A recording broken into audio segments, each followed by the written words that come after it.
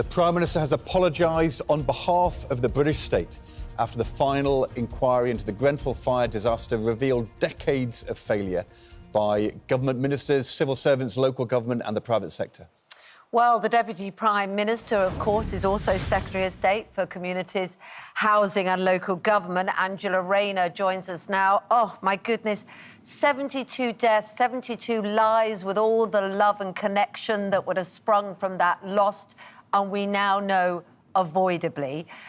Labour governments aren't without blame in this sort of succession of failure. What is your government going to do about getting justice for victims and their families, and also ensuring that the some 4,500 homes still with cladding are safe? Well, you're absolutely right. 72 lives lost and so many families that have been devastated by systemic failures by successive governments, local government, regulators, manufacturers. Reading the report is just absolutely horrifying that just not one part of that chain was able to protect those people, and it is incredibly damning. There has been a number of changes that have been made already, but I think we need to go much further. We've got the 58 recommendations that came from the report yesterday that we will go through. And, the Prime Minister says that we will come back to Parliament within 6 months. And as you rightly say, there is 4,630 high-rise buildings that have been identified so far, and only 50% of them have started remediation work, with only 29% of that being completed, which, again, I think is completely unacceptable, and that's why I will be coming forward this autumn with a remediation accelerator plan, because I think we need to go much further. And how accelerated would that plan be? Because for the victims, they've waited 7 years. We now know from the CPS and police it will be end of 26 at the earliest before they see what they want is people in court, people going to jail. And also for those people living in those homes, that they're sitting there worried, scared. It's potentially very frightening.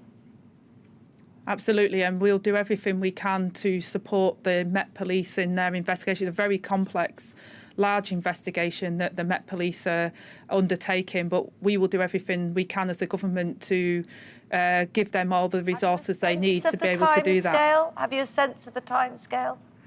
Well, again, I think the Met Police have given an indication that they believe it will be 2017 at the 2027, at the earliest, before they're able to bring charges, if there is any, to bring forward. But I want to see the full weight of the law applied. I have to be very careful about what is said, because that is a live investigation, but that's for the Met Police to decide. That side of it. But what about the actual buildings?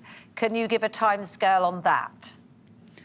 Well, currently, under the changes that were made by the previous government, and there has been significant changes made, we've got a new regulator now, which is in force from April with full powers.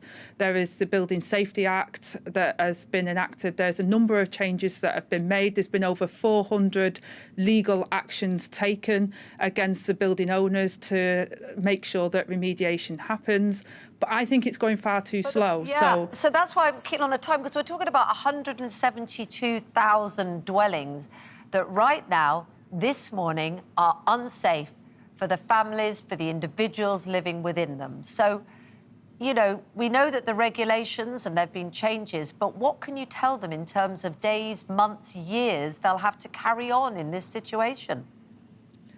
Well, it's terrible that they're stuck in this situation at the moment, and there is a number of measures that are being enacted to look at the safety, in particular whilst that cladding is on the buildings, or the situation that is making their building need the remediation work. There is responsibilities to keep them safe, and I met with regulators and local authorities and others tasked with the safety after the Dagenham fire only a couple of weeks ago. ago to satisfy and make sure that they understand their obligations to keep people safe. But in terms of my obligations, I've spoke to the Prime Minister and made it very clear from my assessment that remediation is going far too slow, and therefore I think the recovery accelerator plan that I'm proposing will mean that there will need to be more changes made.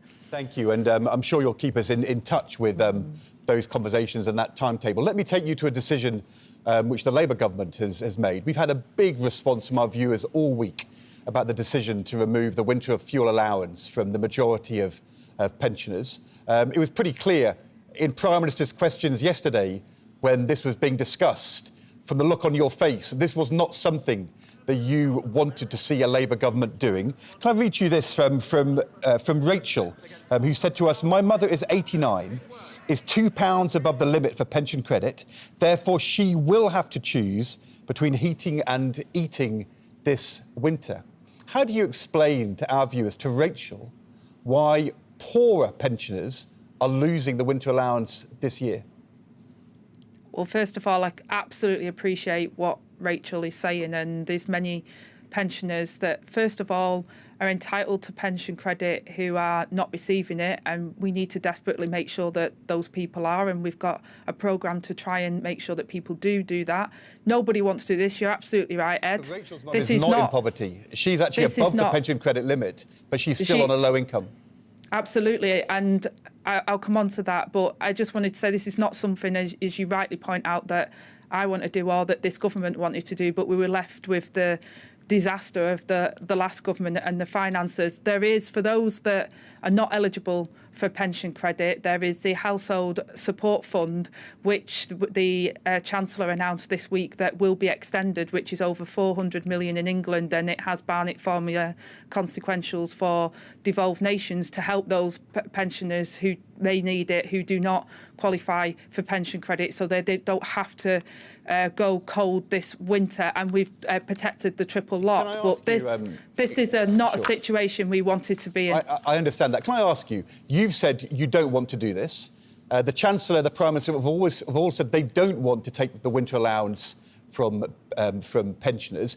If the Chancellor next week could find £1.5 billion, if there was a court case, a mobile phone auction, she found £1.5 billion, which was coming not from poor pensioners, but from others, the corporate sector, whatever, would you urge her to use that £1.5 billion to close the gap in the finances and cancel getting rid of the winter allowance?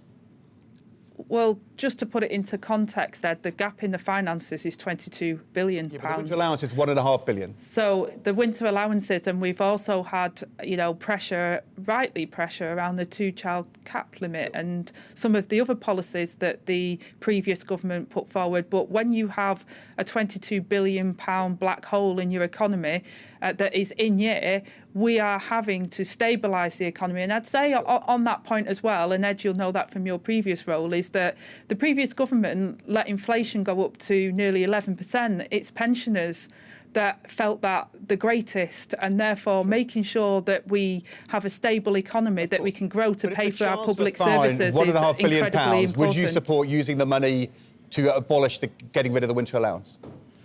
Well, the Chancellor will set out in the spending review what money is available and how we will be able to prioritise that. We spoke about how we can protect the pensioners who are more vulnerable to losing the winter fuel payment, those that are just slightly above the threshold. There is 800,000 pensioners who are entitled to pension credit who currently don't receive it, and we're reaching out to them. Okay. But the Household Support Fund is there to help those pensioners through this winter as well.